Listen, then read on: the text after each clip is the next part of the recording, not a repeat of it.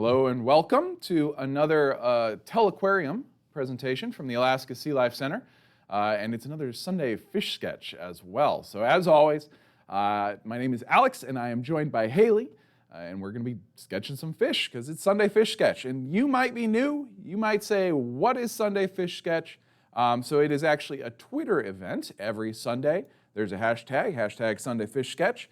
And it is organized by Renee Martin. And she basically posts up a new theme, a new topic every week. Just kind of, like draw this fish or draw that fish. And you don't have to follow that theme. We've been following the theme every week just because it's kind of fun. And this week's theme is the idea of a spark fish, which I'd never heard it in terms of fish. I've heard about like spark birds, which is kind of this idea of if you are a birder, the bird that got you into birding, the bird that got you interested in birds. So for a spark fish, right, we were presented with this concept of what got you into fish, what got you interested in ichthyology, maybe, or marine biology, or just the ocean.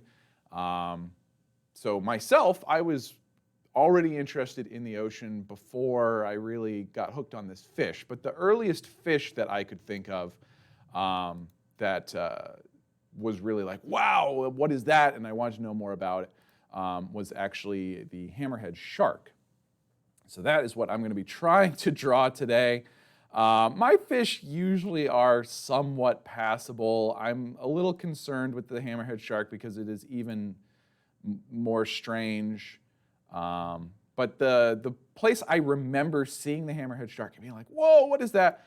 When I was very young, there was a show on TV briefly called SeaQuest DSV.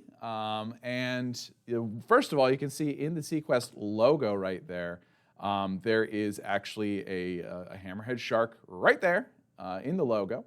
And then this, I'll actually see if I can pull the intro up while we're doing this today. But the intro for the show, like as they were revealing the logo, a hammerhead shark swam through the logo. And I just thought it was the coolest thing. The SeaQuest DSV, check it out. It was kind of like Star Trek, but undersea. Pretty fun. Also, their submarine was generally shaped like a squid. And if you've tuned in before, you know that that's really what got me hooked on the ocean, our squid. So that was always a good time. So Haley, what are you going to be trying to draw today? Yeah, so I am going to be trying to draw a fish that I found out a little bit later in life. I was obsessed with the ocean from a young age, similar to Alex, but hadn't really lighted on like a specific fish until probably later. I grew up in California. I'm not from Alaska. Neither is Alex. But so in California, we are fortunate enough to have the Channel Island Marine Sanctuary, which is right off the coast of Southern California. And I was lucky enough after I graduated college to go and work on Catalina Island. And there's a lot of really cool fish out there. And there's also the marine protected area where there's a large population of fish because there's no fishing and no take from that marine protected area, which is pretty cool. So one of the fish there that I really took an interest into is the giant black sea bass. So these fish are super cool. This picture is great because it just shows you how big they are. So there's a diver that's not me. I wish it was. And it is next to a giant black sea bass. So they can be about 5 to 7 feet long. But they're really gentle, really docile fish, super cool. It was always a really great day whenever you saw a sea bass diving. I was lucky enough in the dive park in Avalon. So that's the biggest city on Catalina Island, which really is very small. But they have a dive park there. And I was lucky enough one day to see 5 of these guys all together. So that was definitely a spark fish for me, got me really interested in fish in general. I was already interested in fish at that point, but that was like a really special fish for me. I'm always really happy when I see these guys. And there's also a lot of cool conservation efforts and research projects going on with sea bass that I might talk about a little bit later while we're drawing. Nice. Yeah, it's always fun kind of thinking back to like, where did you first see these creatures? Yeah. So it's been kind of a good time. I actually managed to track down that intro, so I'm gonna put this up here. I'm not gonna do the whole intro, but just really the portion that that shows the Hammerhead Shark, where I was interested in it. So again, this was for SeaQuest. It had an awesome theme as well. I can like hear it in my head. But yeah, so it was in the future. There's the weird squid sub, and there's the Hammerhead Shark that I remember from my childhood as it revealed the logo. Yeah, it was neat. Also had Roy Scheider in there, which was really cool. But anyway, that's SeaQuest. And we were discussing right before this as well. I remember having Hammerhead toys as a kid. Like at least 2 of them came from having SeaQuest toys. They actually had like a line of little SeaQuest action figures, and they came with tiny little Hammerhead Sharks. But then Pizza Hut in 1996 had the Hammerhead hand puppet. I thought it was for Shark Week in my memory, but it was apparently for the 1996 Flipper movie starring Elijah Wood. But I just specifically remember having that Hammerhead Shark hand puppet that you got from Pizza Hut because I really wanted something Hammerhead related. So that's why I've selected that as my spark fish today. But let's get started with our drawing. We've kind of talked about our fish enough. I've got my little overhead here. I'll kick over to that. We'll there we go. How it goes. Oh gosh, I'm already just anxious about drawing a Hammerhead Shark. You got this. No, I don't think I do. No. But this is every week. Every week, a little hesitant. But the whole thing with Sunday Fish Sketch, and we say this every week, but it doesn't really matter if you're a professional artist. By no means do you have to be. You can participate in this. Whatever drawing ability you have, you'll see we're not professionals in any means. And you can post it up. And the community is great, really supportive, and everyone just likes seeing each other's fish drawings. Yeah, you do not have to be professional or anything like that. So I don't know if I want to try this. All my fish I've drawn, like I actually have last week's drawing here of my yellow eye rock fish. I've always been doing them kind of from the side. And I feel like so often sharks are shown like curved, right, with their tail either in front or behind them. Mm-hmm. So I'm tempted to try that, but I don't think I can pull it off. Even worse than normal. Also, you don't see the hammerhead of a hammerhead shark unless it's at an angle. So I've really just done myself pretty well here. You could kind of like angle its head forward or do one of those shots where it's like kind of from below. Yeah, well, I think I can do this. I think I can do this angle. Yeah, that's give that good. a shot. So yeah, every week we kind of have this concern about fish. At least I do. I don't know, about drawing. But you don't have to be great at drawing in order to participate in Sunday Fish Sketch. That's what I really love about it, is every week you kind of check out the hashtag on Twitter and someone just, they just picked a fish and they did their best. And there's all different manner of skill level and art style. I think that's really fun to see everyone's different art styles as well. Yeah. So definitely, if you are watching, try to, draw fish. Just pick a fish. Maybe if you have a fish that you remember, like as a kid being really into, or maybe even as an adult, maybe you just never really encountered fish other than maybe eating them. And then one day you visited, an aquarium, or a museum, or you went to the beach and you just saw a fish, and you were like, whoa, that's so cool. If you've got a fish like that, I think that's kind of the theme this week, is your spark fish. What fish really got you interested in fish? All right, hammerhead shark. They're very long. This is, I think, the longest fish I'll have drawn. Yeah, I don't know. Did you do any eels? That's true. I did like wolf eels and stuff. But that's like an eel body, whereas like sharks still have fish bodies, but they're just very elongated fish bodies. Does that make sense? Well, I mean, I'm just talking nonsense. No, it does. And I think this might be the first cartilaginous fish we've drawn. We did skates. We've yeah, done we did do skates a couple skates. times, What so about our skates? yeah, I'm gonna cut on over to yours. I always like seeing yours because you always start very light and Yeah. it's like blown out always, and you can never quite tell, and then it fills in. So while I'm figuring out my life here drawing this shark, I'm gonna just put it on yours. We're gonna see how it goes.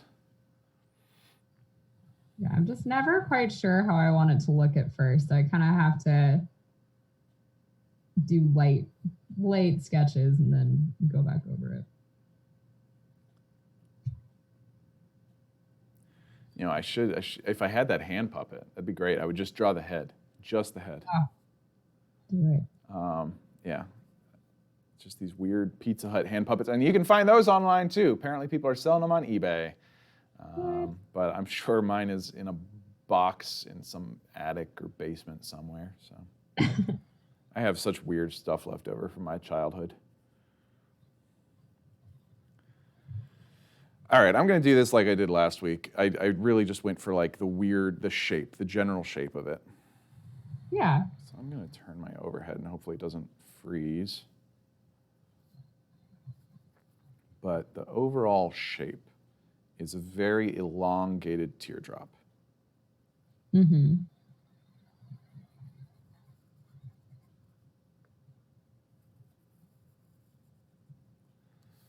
So this is kind of the approach I always take with it. Haley always seems to have a better grasp on like the actual outlines of these animals when she's looking at the drawing them. I can't. I don't know. I just don't do that.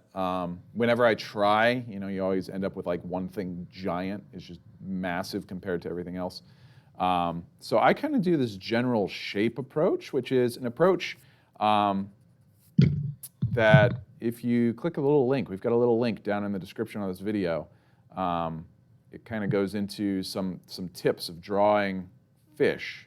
It actually has like a whole guide of how to approach drawing fish. And one of the things it recommends is doing this general shapes. What are the general shapes of the fish? So always thinking like the body here, it's kind of weird and elongated.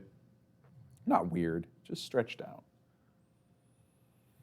Their tails are great because they've always got that just massive top. Yeah, they're super cool. Oh gosh, it's gonna be one of these fish, I can tell.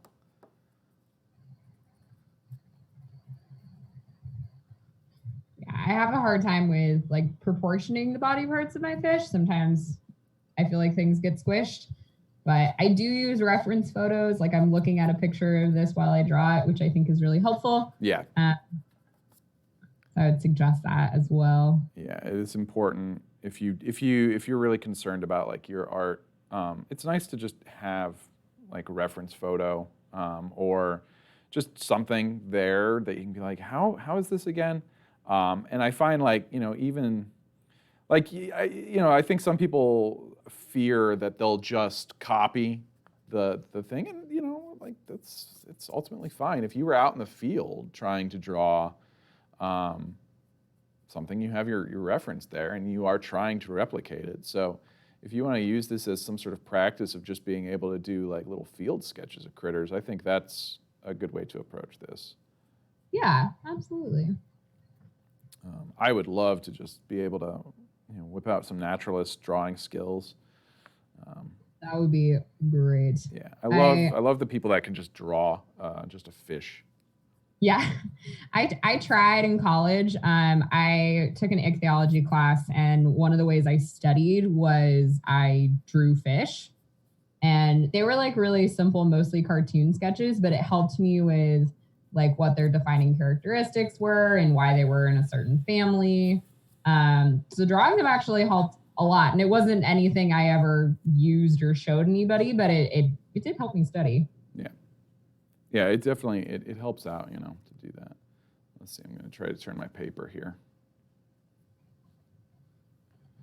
And figuring out how the head goes on them, it's concerning because it's a hammerhead shark. If you get the head wrong, then what are you doing? That is its thing. But I think I'm going to be okay here. I think I've kind of discovered how the head meets in with the rest. just such a cool shape on that head. Yeah. Have you ever seen hammerheads in the wild, Alex? No, I would love to. I have been diving, but the sharks I've seen kind of always been off at the distance, and I've never seen a hammerhead. I would love to see a hammerhead. I haven't either, but it's definitely very high on my I would like to see it list. Yeah, they're just such cool animals, and I love. I'm going to put my picture back up. This is actually a picture I'm using as reference. I love schooling hammerheads, where there's just a ton of them. It's too cool. They're just such a cool animal. They've got their little eyes out on the ends there. Mm-hmm. And I hadn't really looked at it, but they've got some weird little bumps going on at the front of their head. They've got little curves, like a little mustache almost. It's kind of fun. Oh, it's part of their actual head? Yeah. Yeah, some of them are, I think there's some hammerhead sharks that, I was just looking at this before we did this, are scalloped hammerhead sharks. Yep. So they can have more of that bump on the front of their head. That's it. And then, of course, we were talking about, another shark that's kind of got a similar thing going on, but it's the Bonnet head shark. And that one's got a really swept back head, almost like a shovel more than a hammer. But still kind of got that twin shape of a hammer. It's just very swept back.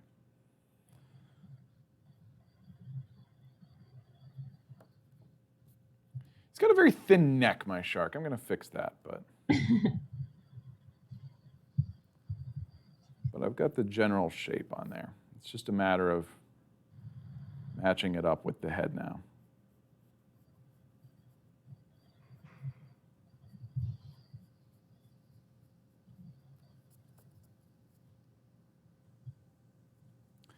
But yeah, I don't know. I've always been fascinated by them. Unfortunately, have never seen one. And we were looking this up. It's like that hand puppet. Just speaking of sharks in general, I didn't remember anything about this Flipper movie. I may never have even seen the Flipper movie. I just wanted that hand puppet. But apparently, it was a villain in the film, as sharks seem to be frequently. And even before that, I thought it was related to Shark Week, which is not without some blame on vilifying sharks here and there. Yeah. I have big issues with Shark Week, but I won't get into any of it. Sharks definitely get a bad rap for a lot of things, when in reality, most sharks are completely harmless to humans, want nothing to do with us in very few cases. Shark attacks actually happen, and then even fewer of those cases are actually fatal.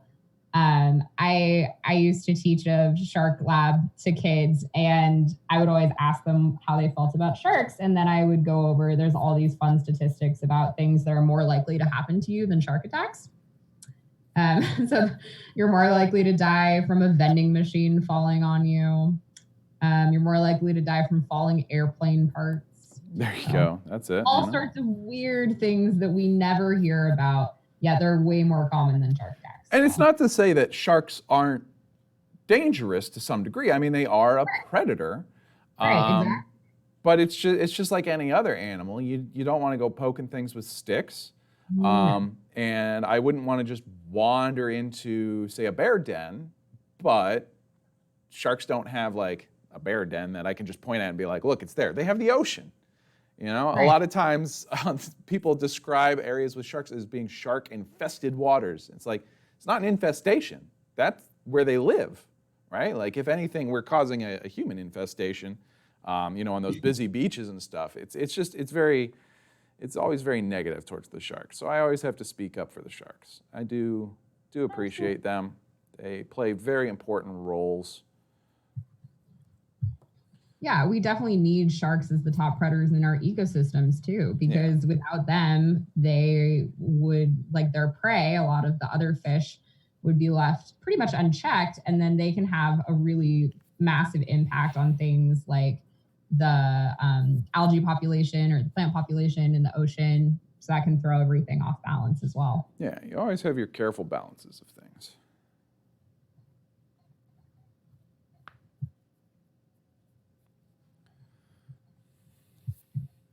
My shark is okay. It's actually so quick this week. This one, I think I'm going to color mine a little bit. There you go. But I'm getting to a point where I can probably start coloring mine soon. Yeah, this is relatively new for us, by the way, the coloring. If you've been following along, you know this, but if this is like your first one, this might be the, I don't know, the third in a row-ish we'll be coloring. I think it's really fun, though. It's fun. Your shark looks great. He's very cartoony. I'm not disappointed with him.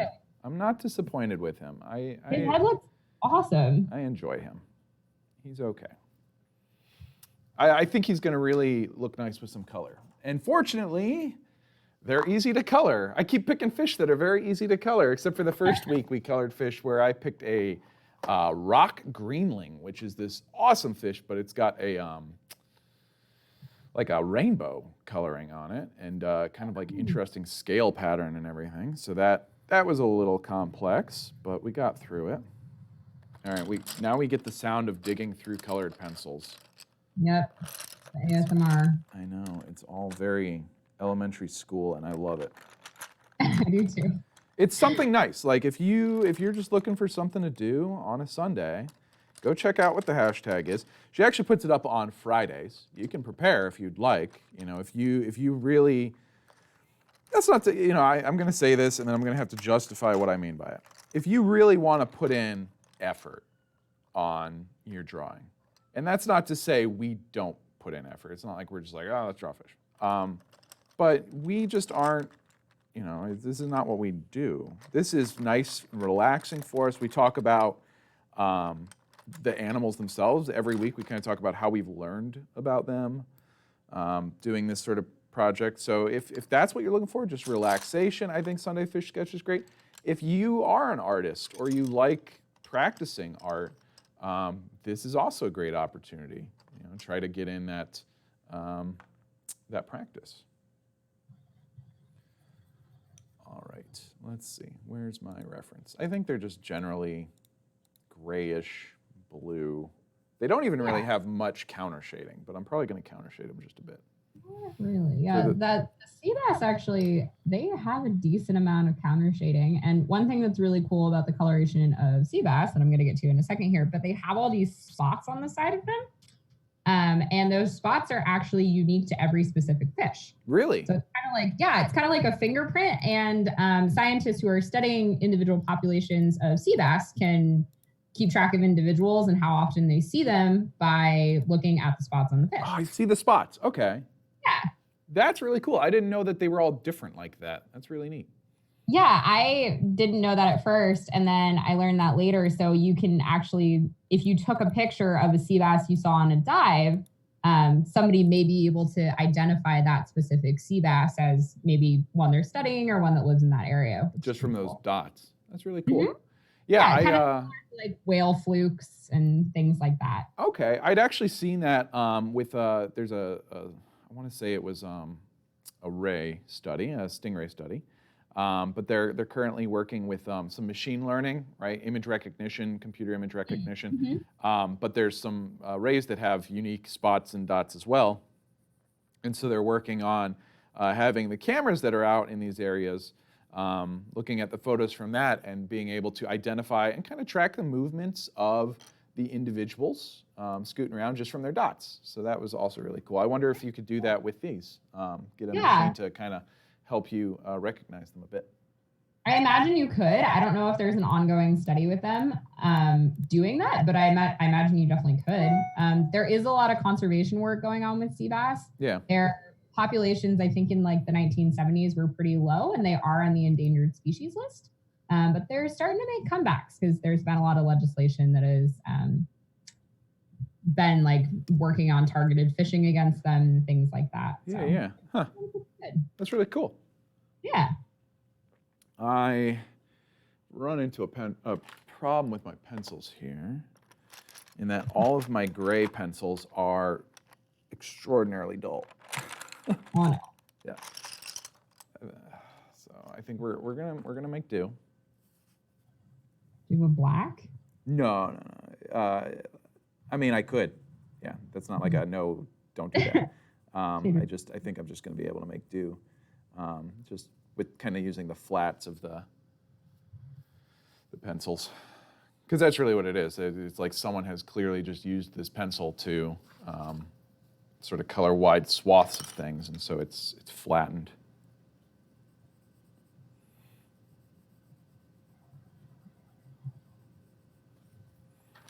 But yeah, no, this has been a fun one. Just thinking back to like what sort of fish was I interested in as a kid.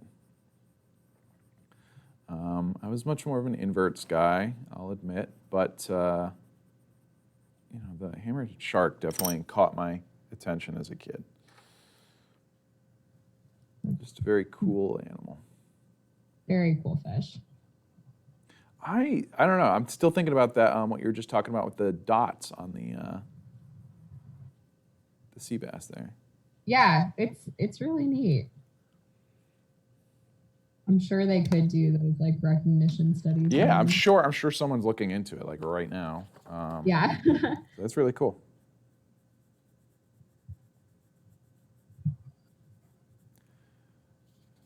I just take my shark away. I'm just really quickly touching up some stuff, and then I'll get it back on that camera. Sea bass can also live to be between like 50 and 70 years old. Oh, wow. So they could even, if there is a study going on like that, which we're not sure that there is, but if there was something that they could track them for a really long time. Yeah, I love that we're just talking about this like hypothetical study now. We're like, the study, that one. I mean, there are smart people. It's probably happening. Almost certainly, yeah.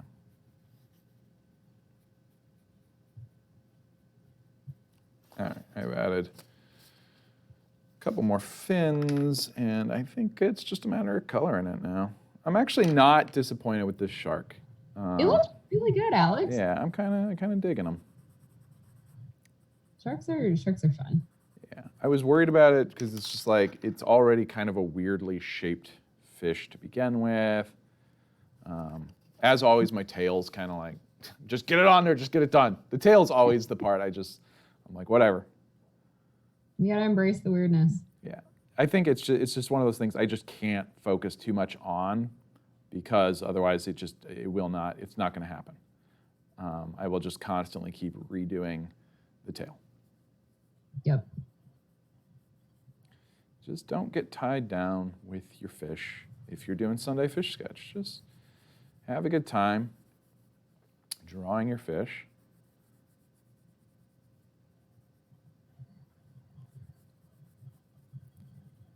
And learn something about it. And like I said, you don't even have to follow the theme. We've been following the theme. It just kind of gives us kind of a goal with this, but you don't have to. There are people every week that just draw their own thing. Totally fine. Yeah.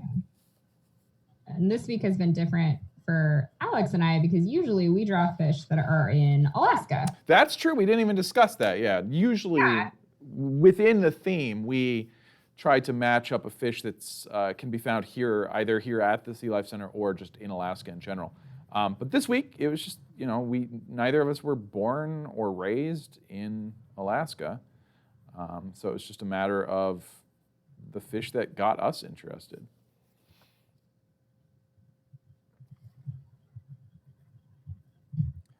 So it was not fish from the Sea Life Center this week.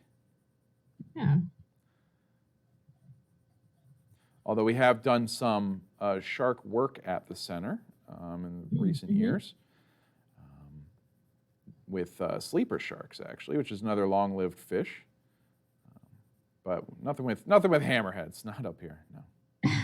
Yeah, little cold for hammerheads here. Yeah, it'd be fun. But yeah, sleeper sharks are super neat as well. They can live to be like super old. Yeah, we're thinking like anywhere between 300 to 500 years. Yeah. It's just fascinating animals. All right, I am going to slap my hashtags on here. I'm digging the spots on your fish. I love that. Yeah, I think some people also kind of call them, I don't know if this is an official thing, but I've also heard them called cowfish because they're like little spotted cows. Because they've got the little spots. Little cow spots. Well, and you, like I had put up the pictures when you were telling people what you were going to be drawing, and I had not seen the spots on this fish, but then I went back and I looked, and yeah, there's just these little dots. It's really cool that they just hang out there.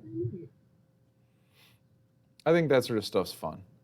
Just the patterning on fish, or just general animals, but being able to identify the individuals. I was just telling someone the other day, they had asked about a research program we have here at the Sea Life Center, which is our Chiswell Stellar Sea Lion Research Program. So stellar sea lions are the sea lions that we have here locally.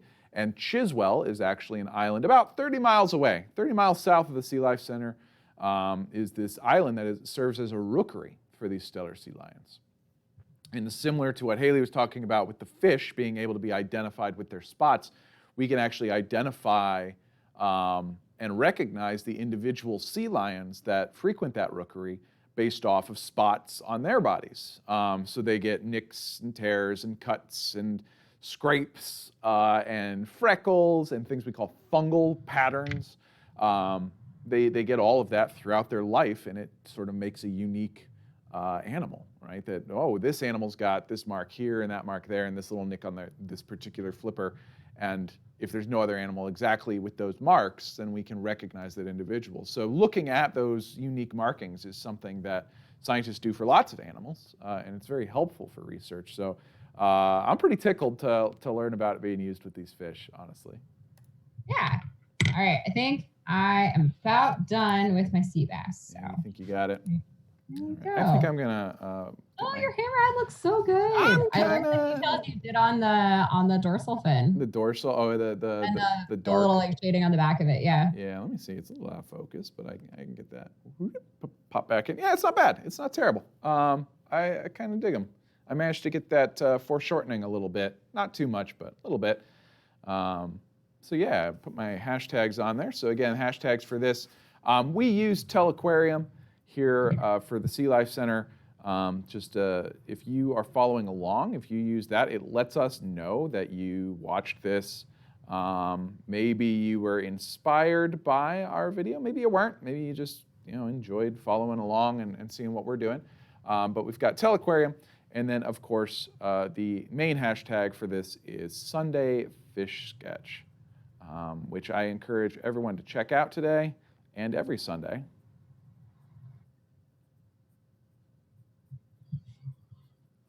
Sunday Fish Sketch and Telequarium.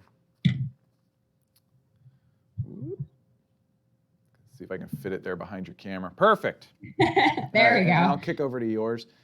Your handwriting is always so much more clear than mine, so people can see Telequarium, Sunday Fish Sketch.